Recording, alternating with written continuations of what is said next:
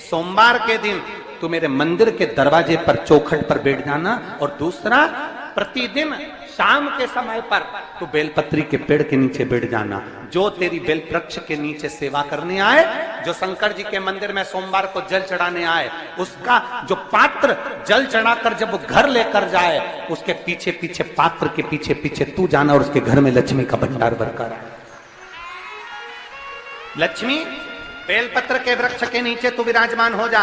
उस बेलपत्र के वृक्ष के नीचे जो बुआरी लगाए, सेवा करे, चाकरी करे, एक बेटी को जैसे बड़ा करते हैं वैसे बेलपत्री के वृक्ष को जो बड़ा करे, बेलपत्री के वृक्ष का जो पालन करे, पोषण करे, उसकी संभाल करे, उस बेलपत्री के वृक्ष को जैसे जैसे वो उन्नति करे, वैसे वैसे उसके घर में समृद्धि बढ़ते जाए। उस जिसका खुद का मकान नहीं हो, खुद का मकान नहीं हो, किराए के मकान में रहते रहते जिंदगी बीत रही हो, खुद का नहीं, और बहुत दुख का जीवन चल रहा हो, बहुत कष्ट का जीवन, बहुत अपना खुद का कोई मकान नहीं, मान लो प्लाट है पर मकान बन नहीं रहा, या कोई प्रॉपर्टी अपनी नहीं बन रही, तो हम इस व्यासपीठ से कहना चाहेंगे कि एक प्रयोग अवश्य करिएगा, एक प्रयोग अवश्य। अपने आसपास के 5-6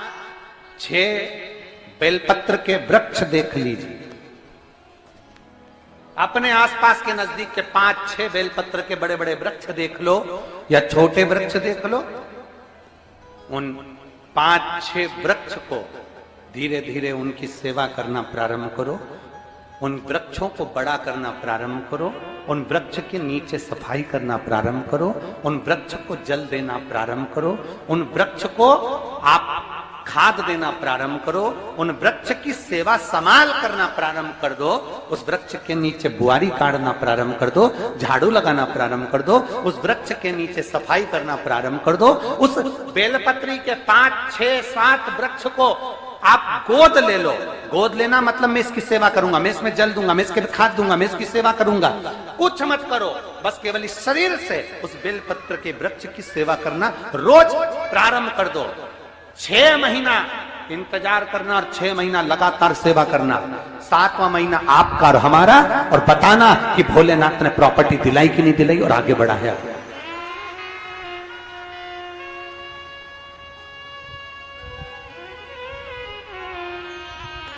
एक बेलपत्र का वृक्ष जिसके नीचे माता लक्ष्मी विराजमान होती है, एक बेलपत्र के वृक्ष के नीचे लक्ष्मी रहती है। दुनिया के लोग कहते हैं लक्ष्मी जी का दिन कौन सा है, बोलो जम के जल्दी से। शुक्रवार। दुनिया के लोग कहते हैं लक्ष्मी जी का दिन शुक्रवार है, पर माता लक्ष्मी से पूछा जाए कि तुम्हारी माता ख्याति देवी नारायण भगवान के साथ तुम्हारी शादी नहीं कर रही थी, शंकर को लक्ष्मी दे रही थी, तब तुमने भगवान शंकर से विनती करी, भोले बाबा मैं नारायण से प्रेम करती हूँ, भगवान नारायण से मेरा विवाह हो। तो माता ख्याति देवी से शंकर भगवान ने विनय कर कर कहा कि लक्ष्मी जी का विवाह नारायण के साथ कर दिया जाए। भगवान नारायण के साथ जब लक्ष्मी जी का विवाह हो गया, तब लक्ष्मी जी हाथ जोड़कर बोलती हैं, बाबा मेरा विवाह नारायण के साथ हो गया, पर मैं आपके चरणों की सेवा करना चाहती हूँ, बाबा आप कृपा करिए कि मैं क्या करूं आपके लिए। शंकर भगवान कहते हैं, लक्ष्मी बस 2 चीजें कर दे, एक सोमवार के दिन तू मेरे मंदिर के दरवाजे पर चौखट पर बैठ जाना, और दूसरा प्रतिदिन शाम के समय पर तू बेलपत्री के पेड़ के नीचे बैठ जाना। जो तेरी बेल वृक्ष के नीचे सेवा करने आए, जो शंकर जी के मंदिर में सोमवार को जल चढ़ाने आए, उसका जो पात्र जल चढ़ाकर जब वो घर लेकर जाए, उसके पीछे पीछे, पात्र के पीछे पीछे तू जाना और उसके घर में लक्ष्मी का भंडार भरकर आए। लक्ष्मी बेलपत्र के वृक्ष के नीचे तू विराजमान हो जा। उस बेलपत्र के वृक्ष के नीचे जो बुआरी लगाए, सेवा करे, चाकरी करे, एक बेटी को जैसे बड़ा करते हैं वैसे बेलपत्री के वृक्ष को जो बड़ा करे, बेलपत्री के वृक्ष का जो पालन करे, पोषण करे, उसकी संभाल करे, उस बेलपत्री के वृक्ष को जैसे जैसे वो उन्नति करे, वैसे वैसे उसके घर में समृद्धि बढ़ते जाए, उसके घर में वैभव बढ़ते जाए। ये शंकर भगवान माता लक्ष्मी से करे, भगवान शिव माता लक्ष्मी से करे। तो भस्म, अगर शिव के मंदिर में भस्म मिल जाए, शंकर पर चढ़ी हुई भस्म अगर मिल जाए तो, और अगर भस्म ना मिले ना, तो शंकर के जो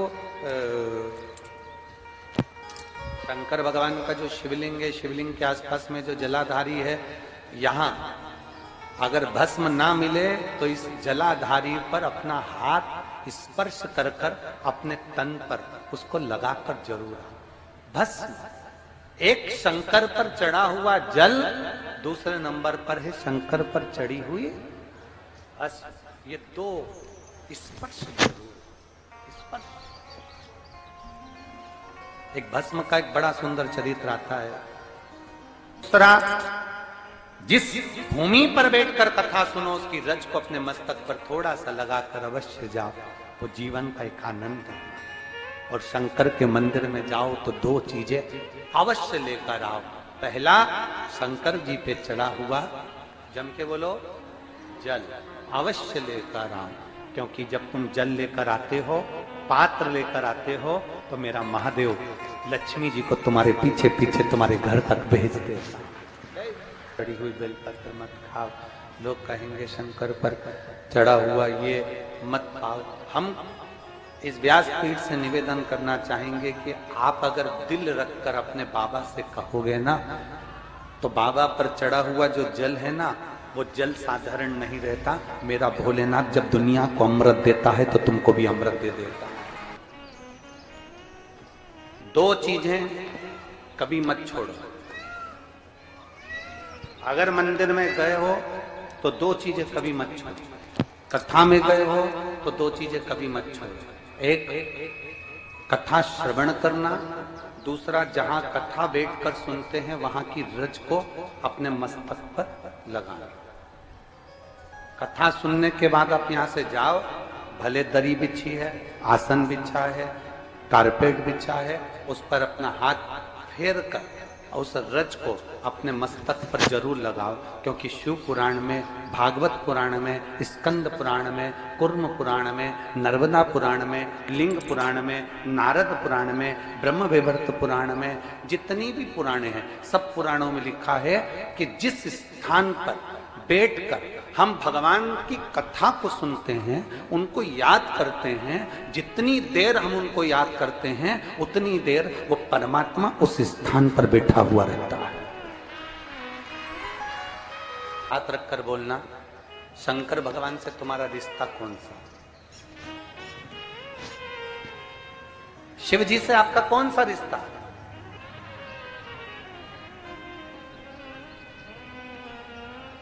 शंकर भगवान को आप क्या मानते हो? हमने आपको एक संबंध बताया था कि सीहोर कुबेरेश्वर धाम आपका मायका है, तो हम आपके भाई हैं, तो शंकर भगवान आपके पिता हैं, आपके बाप हैं, आपका बाबा है, आपका दादा है।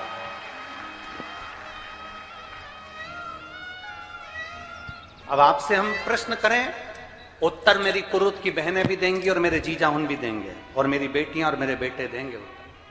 आपसे प्रश्न करें, अगर बेटी को दुख होगा तो क्या वो अपने बाप से नहीं कहेगी? बोलो तो जम के। बेटी को तकलीफ है वो अपने बाप से ना कहेगी। बेटे को तकलीफ है तो वो अपने पिता से, अपनी मां से नहीं कहेगा, मम्मी मुझे ये तकलीफ है, पापा मुझे ये दुख है, मां मुझे ये तकलीफ है, पिताजी मुझे ये कष्ट है। क्या वो अपने माँ बाप से नहीं करेंगे? क्या वो अपने माँ बाप से विनय नहीं करेंगे? और माँ, पिता, फिर उसके करीब में, उसके नजदीक में जो भी होता है वो माँ बाप निकाल कर उसको दे देते हैं, माता पिता उसको दे देते हैं।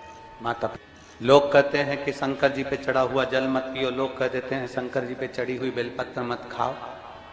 कोई इस बहन से पूछे, सुनीता सोनी से, कि शंकर पर चढ़े हुए जल से उसकी गांठ जो डबल से उसके शरीर में आ गई थी वो समाप्त हो गई, तो जरा विश्वास करिएगा कि एक बेटी अपने माँ बाप से ही तो कहेगी, और बाप के पास में जो होगा वही तो अपनी बेटी को देगा दुख को मिटाने के लिए। तो मेरे शंकर भगवान के पास तो उसका चढ़ा हुआ जल है। दूसरा, जिस भूमि पर बैठकर कथा सुनो उसकी रज को अपने मस्तक पर थोड़ा सा लगाकर अवश्य जाओ, तो जीवन का एक आनंद है। और शंकर के मंदिर में जाओ तो दो चीजें अवश्य लेकर आओ। पहला, शंकर जी पे चढ़ा हुआ जम के बोलो, जल अवश्य लेकर आओ, क्योंकि जब तुम जल लेकर आते हो, पात्र लेकर आते हो, तो मेरा महादेव लक्ष्मी जी को तुम्हारे पीछे पीछे तुम्हारे घर तक भेज देगा। दो चीजें लेकर अवश्य आओ, और शिव पुराण में जाओ तो दो चीजें लेकर अवश्य जाओ। पहले नंबर पर शंकर की कथा और अपने अंदर विश्वास कि मेरे महादेव की मैंने कथा सुनी है, अब मैं भटकूंगी नहीं। सारी दुनिया में मैंने ठोकर खा ली, अब कहीं ठोकर नहीं खाऊंगी, अब तो दरवाजे पर महादेव के जाऊंगी, बाकी क्या। दूसरा, कथा में बैठी हूं बाबा के इस रज को, ये रज नहीं है, ये धूल नहीं है, ये मेरे बाबा के कैलाश 12 ज्योतिर्लिंग का चंदन है, इसको मस्तक चढ़ाऊंगे अपने हृदय से। लाते हो आप लोग? हाथ उठाओ जरा, रख लो, बहुत बढ़िया, प्रणाम आपको सभी को, नमन। 2 बूंद जल लेकर आओ, पगला नहीं पियो तो उस जल को अपने घर में छींट दो।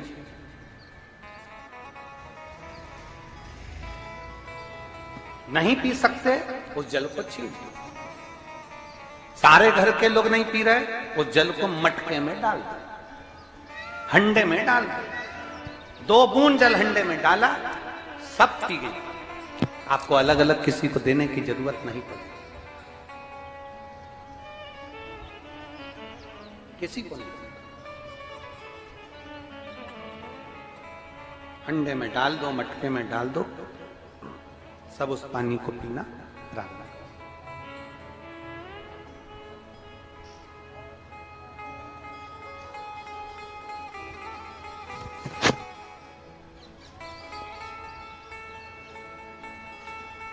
उस जल के महत्व को जो बच्चों का दर्द नहीं देख सकते,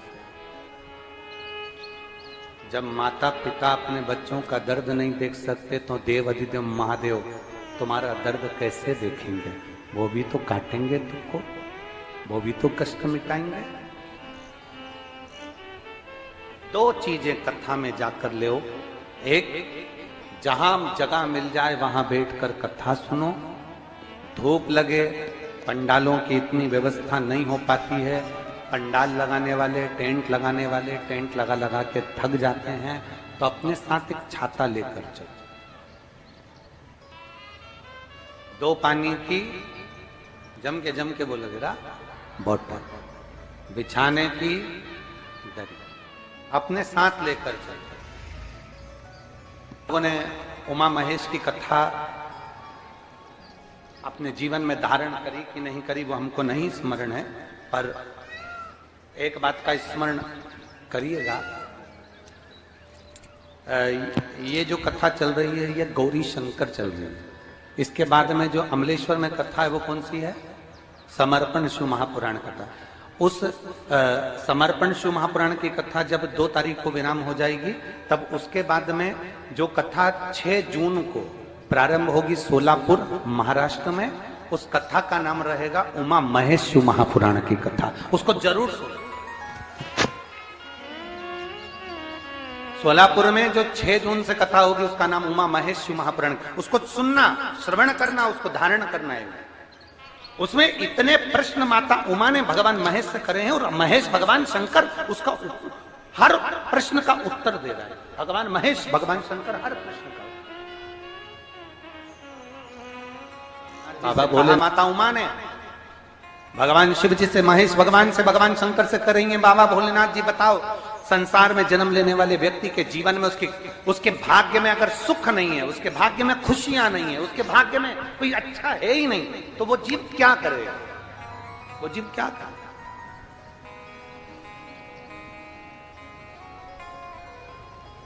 भगवान शंकर कह रहे हैं, पार्वती, संसार में जन्म लेने वाला मनुष्य अगर उसके भाग्य में सुख नहीं, उसके भाग्य में अगर खुशियां नहीं है, उसके भाग्य में अगर सुख नहीं है, उसके भाग्य में अगर अच्छा नहीं है, पत्रिका दिखा ली सुख नहीं है, कार्य कर कर देख लिया सुख नहीं है, तकलीफ उसकी जिंदगी में चल ही चल रही है, तो भगवान शंकर कहते हैं, भगवान महेश कहते हैं, उमा, उस मनुष्य को दूसरे का अच्छा करना प्रारंभ कर देना चाहिए, तो उसकी अच्छाई अपने आप सामने आना प्रारंभ